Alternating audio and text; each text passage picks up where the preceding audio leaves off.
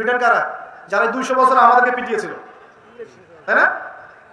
যাদের একটা সুন্নত তারা নিয়ে যায় না এই ব্রিটেনে, সব রেখে গেছে বাংলাদেশে। ওরা চলে গেছে, যে কোনো জায়গা দখল করেছে, ওই জায়গায় আবার ছেড়ে দিয়ে চলেও গেছে।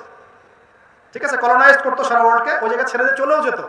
বাংলাদেশ ছেড়ে চলে গেছে, ভারত ছেড়ে চলে গেছে, সিন্ধু পাকিস্তান সব ছেড়ে চলে গেছে, কিন্তু ওদের কোনো সুন্নত নিয়ে যায় না, সব রেখে গেছে।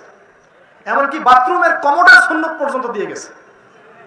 সব বসে বসে এখন হাই কমোডে পায়খানা করো, সবাই টাই পরো, শার্ট পরো, প্যান্ট পরো, মেসওয়াক ছাড়ো, পেস্ট ইউজ করো, কোটটাই পরো। ব্যাংকিং সিস্টেম রেখে গেছে, এমনকি অফিস আদালত যা চলছে সব ব্রিটিশ লয়ে চলছে, সব ব্রিটিশ লয়ে, সব কিছু, এমনকি একজন জজের পোশাক পর্যন্ত ওখানে গিয়ে বলি ইওর অনার, মাই ম্যাজিস্ট্রি, সব কিছু ওদের।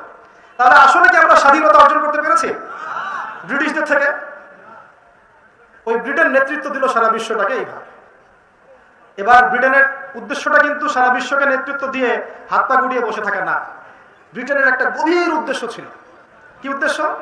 এই ব্রিটেনের সাথে জোট গঠন করেছিল একটা দল, এই দলটার নাম হচ্ছে জায়নিস্ট। কি নাম?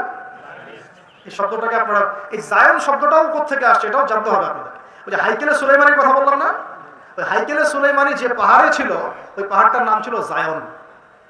ওখান থেকে তারা একটা নতুন শব্দ নিল, জায়নিজম। জায়নিজম, জায়নিস্ট মতবাদ, কিছু মানুষ মিলে এটাকে ফ্রন্ট করলো। আর জায়নিস্ট কারা? যারা প্রচন্ড ধনী, সারা ওয়ার্ল্ডে প্রচন্ড ধনী, প্রচন্ড ধূর্ত, সব নিয়ন্ত্রণ তাদের হাতে, সারা ওয়ার্ল্ডকে নাচায় আঙ্গুলের মাথায়, এরা যায়।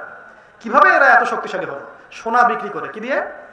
আফ্রিকা থেকে সোনা উঠায় সারা ওয়ার্ল্ডকে দিত। এখন ওদের দরকার, ওদের উদ্দেশ্যটা কি? ওদের উদ্দেশ্য হচ্ছে বাইতুল মুকাদ্দাসটা আবার পাওয়া। কিন্তু কারা জায়নবাদীতে যোগ দিল এটা আপনাকে কোরআন ব্যাখ্যা করবে, আর কেউ ব্যাখ্যা করতে পারবে না।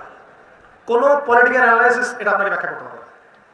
আপনাদেরকে আমি বলছি, সূরা মাইদার 51 নম্বর আয়াতে এর দলিল আছে। সূরা মাইদার 51 নম্বর আয়াতে আল্লাহ পাক বলছেন, আয়াতটা খুব ভালো করে শুনেন। বা'দা আউযু বিল্লাহি মিনাশ শাইতানির রাজিম। ইয়া আইয়ুহাল্লাযীনা আমানু, হে মুমিন মুসলিমরা শোনো, হে মুমিনরা তোমরা শুনো। লা তাত্তাখিযুল ইয়াহুদা ওয়ান নাসারা আউলিয়া, তোমরা ইহুদি এবং নাসারাদেরকে বন্ধুরূপে গ্রহণ করো না। উস্তাদ, আমি কি অনুবাদে কোনো ত্রুটি করলাম? আপনাদের সাহেব, অনলাইন সাহেবদেরকে বলেন যে এর অনুবাদ কি হবে, ব্যাখ্যা করতে চায় তারা বিভিন্নভাবে। আপনারা কোরআনকে ঘুরে ফিরে ব্যাখ্যা করতে যায় না, লা তাস্তাতি, আপনি এটা করতে পারবেন না। লা তাত্তাখিযুল ইয়াহুদা ওয়ান নাসারা আউলিয়া, তোমরা ইহুদি এবং নাসারাদেরকে বন্ধুরূপে গ্রহণ করো না। সিম্পল। কে বলেন এই কথা? এই আয়াতের উপর আল্লাহর নবী আমল করেন নাই, সাহাবীরা আমল করেন নাই। এখন নবী এবং সাহাবীদের যুগে আপনি দেখান যে আল্লাহর নবী ইহুদিদের সাথে মিত্রতা করেছেন। নবী এবং সাহাবীদের যুগে দেখান যে আল্লাহর নবী খ্রিস্টানদের সাথে বন্ধুত্ব করেছে। নবী এবং সাহাবীদের যুগে তাদের সাথে দফায় দফায় যুদ্ধ হয়েছে, কেউ কি তাদের সাথে আঘাত করার চেষ্টা করেছিল? এখন আরবের মোরলদেরকে এই আয়াত কে বুঝাবে? এখন কোন ইহুদি কোন খ্রিস্টানদের সাথে বন্ধুত্ব করো না? সবাইকে কি আল্লাহ পাক আমভাবে বলছেন? উত্তরটা না, সবাইকে আমভাবে বলছেন না। কারণ ইহুদি এবং খ্রিস্টানদের মধ্যেও অনেক ভালো মানুষ আছে। খোদ ইসরায়েলের মতো রাষ্ট্রেও ইসরায়েল বিরোধী বিক্ষোভ হয় কি না? আছে, কিছু ভালো মানুষ আছে। তাহলে কোন ইহুদি কোন খ্রিস্টানকে আল্লাহ পাক বন্ধুরূপে গ্রহণ করতে নিষেধ করলেন? ইয়াতের পরের অংশে আল্লাহ বলছেন, বা'দুহুম আউলিয়াউ বা'দ, এরা একে অপরের বন্ধু,